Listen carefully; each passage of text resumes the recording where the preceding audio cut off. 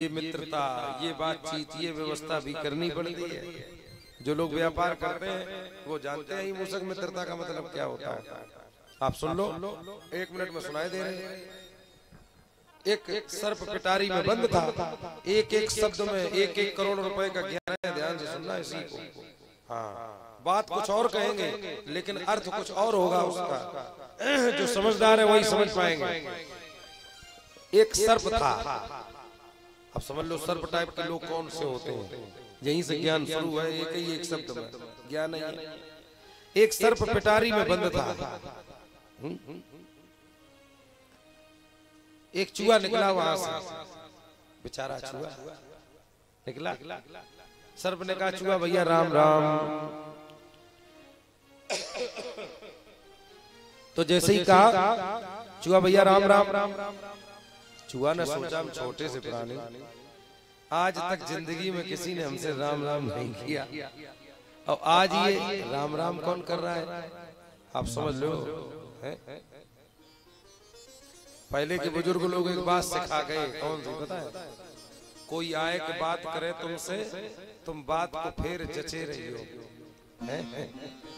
तो जैसे ही कहा चूहा भैया राम राम, चूहा रुक गया, इधर उधर देखा, कोई दिखाई नहीं पड़ा, फिर चलने लगा। फिर आवाज आई चूहा भैया राम राम, रुक गया, कहा भैया आप दिखाई नहीं पड़ रहे हो, बोल कहां से रहे। जैसे ये बात कही, काम पिटारी के अंदर से बोल रहे। चूहा पास में गया, का देखा, अरे का तुम भैया राम राम क्यों कर रहे। का हमारे तुम्हारे खानदान में तो कभी बनी नहीं, हमेशा बजती रही जब मौका मिला तो। अब देखिए लोग क्या क्या करते हैं। सर्प ने कहा कि हमने विचार बदल दिया, काहे का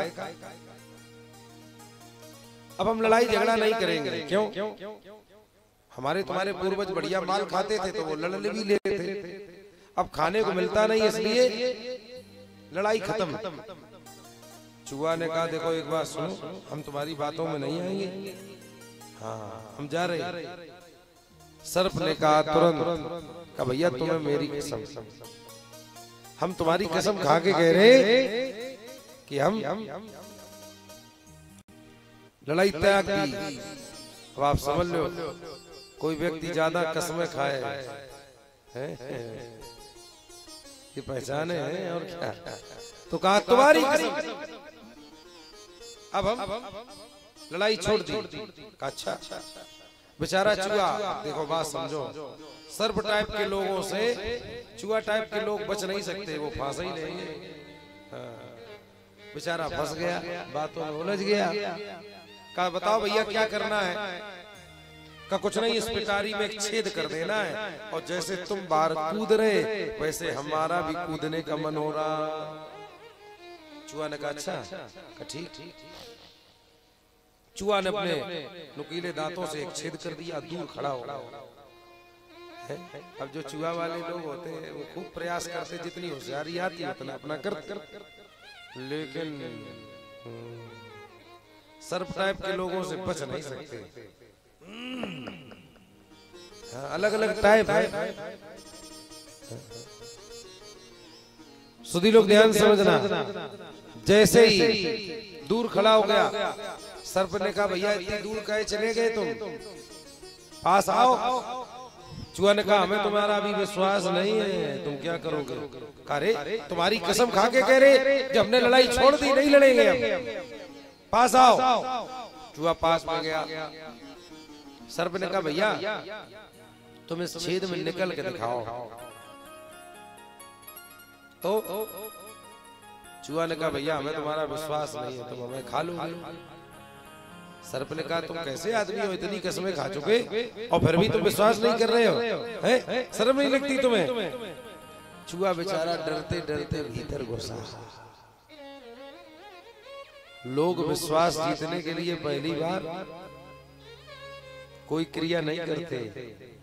हाँ तो भीतर अंदर प्रवेश किया उसने, जैसे ही छेद में घुसा, सर्प बिल्कुल शांत, कोई मूवमेंट नहीं, एकदम चुप।